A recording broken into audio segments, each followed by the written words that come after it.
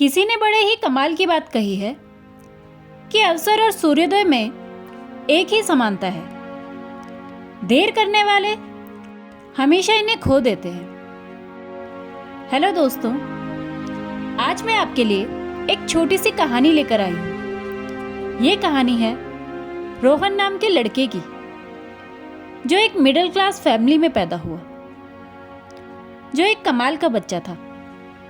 वो पढ़ने लिखने में सबसे आगे था। रोहन 12वीं क्लास तक टॉप करते जा रहा था। उसकी फैमिली को उस पर गर्व था।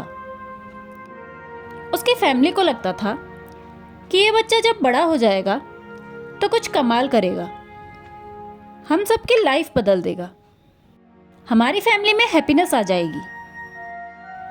उनको उस लड़के से बहुत उम्मीदें थी। उन्हें लगता था कि एक ना एक दिन ये लड़का सब कुछ बदल देगा। लेकिन वो लड़का जब 12वीं पास करके कॉलेज में गया तो उसकी लाइफ बदल गई। उसके आसपास ऐसे दोस्त आ गए जिन्होंने उसे बिगाड़ के रख दिया। वो देर रात तक पार्टी करने लगा, घर वालों से झूठ बोलकर पैसे मांगने लगा। घर वालों को सब कुछ समझ में आ रहा था। उन्होंने एक दिन उसको समझाने की कोशिश की, लेकिन रोहन ने घर वालों को ही सुना दिया। कहने लगा कि आप मुझे ज्ञान मत दीजिए, मुझे सब कुछ मालूम है, मुझे आपके ज्ञान की जरूरत नहीं।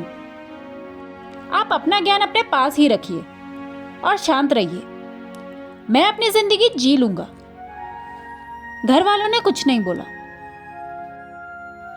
1 साल के बाद जब रिजल्ट आया तो रोहन एक सब्जेक्ट में फेल हो गया था, और जहां ये फेल होने वाली बात आई, वहीं ये बात उसके ईगो को हर्ट कर गई।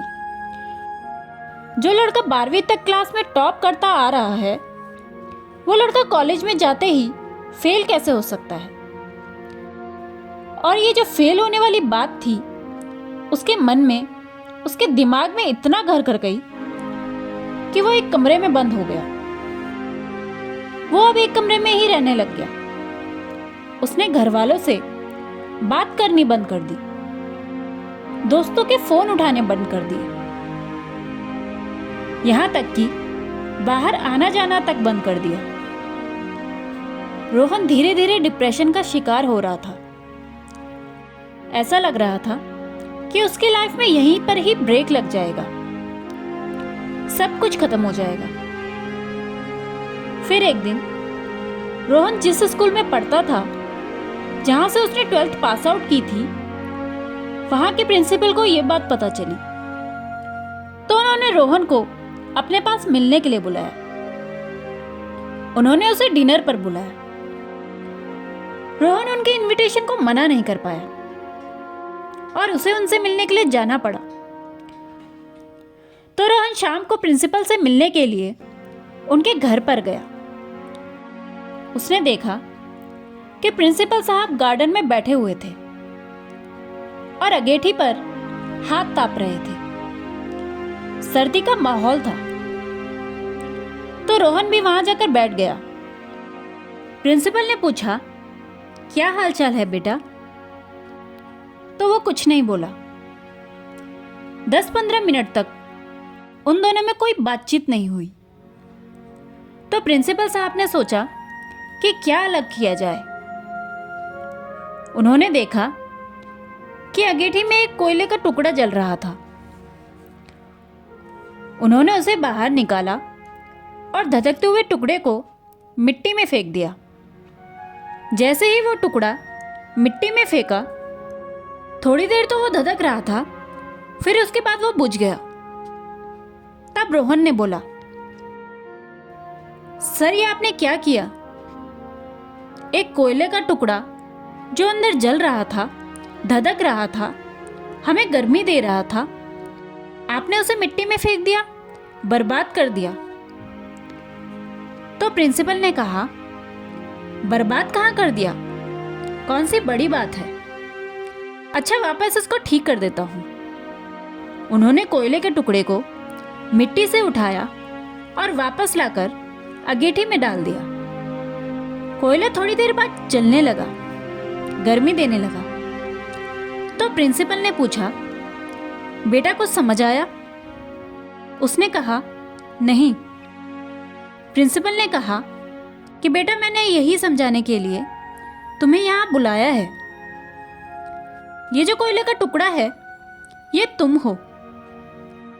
जब अंगीठी से बाहर आए तो गलत संगति में पड़ गए, मिट्टी में गए तो बुझ गए, लेकिन वापस आकर के जल सकते हो। बस शर्त यह है कि अब अंगीठी में वापस आना होगा, अपनी लाइफस्टाइल बदलनी होगी, अपने दोस्त बदलने होंगे। बस इतनी सी बात तुम्हें समझाने के लिए मैं तुम्हें यहां बुलाना चाहता था। रोहन को सारी बात समझ में आ गई और उसकी लाइफ बदल गई। हम में से कई सारे लोग ऐसे हैं जो डिप्रेशन का शिकार हो रहे हैं, सिर्फ और सिर्फ एक घटना की वजह से। हो सकता है जिंदगी के किसी मोड़ पर आप फेल हो गए हों और आपको लग रहा हो कि सब कुछ बर्बाद हो गया, इससे आगे कुछ नहीं हो सकता। तो आपने कहीं पढ़ा होगा या सुना होगा कि लाइफ गोज ऑन, जिंदगी चलती रहती है। सो जस्ट कीप गोइंग, चलते रहिए, सब कुछ अच्छा होगा, ये विश्वास रखिए। मैं एक बार फिर से कहूंगी कि फेल होना अगर बहुत बड़ी बात है तो ऐसा मत सोचिए। फेल होने के बाद बाउंस बैक करना सबसे कमाल और सबसे जरूरी बात है। ऐसे कई सारे एग्जाम्पल हमारे सामने हैं जो फेल हुए लेकिन उन्होंने वापसी की। तो कमबैक करने के लिए तैयार रहिए, डिप्रेशन को टाटा बाय बाय कहिए और कर दिखाइए कुछ ऐसा कि दुनिया करना चाहे आपके जैसा।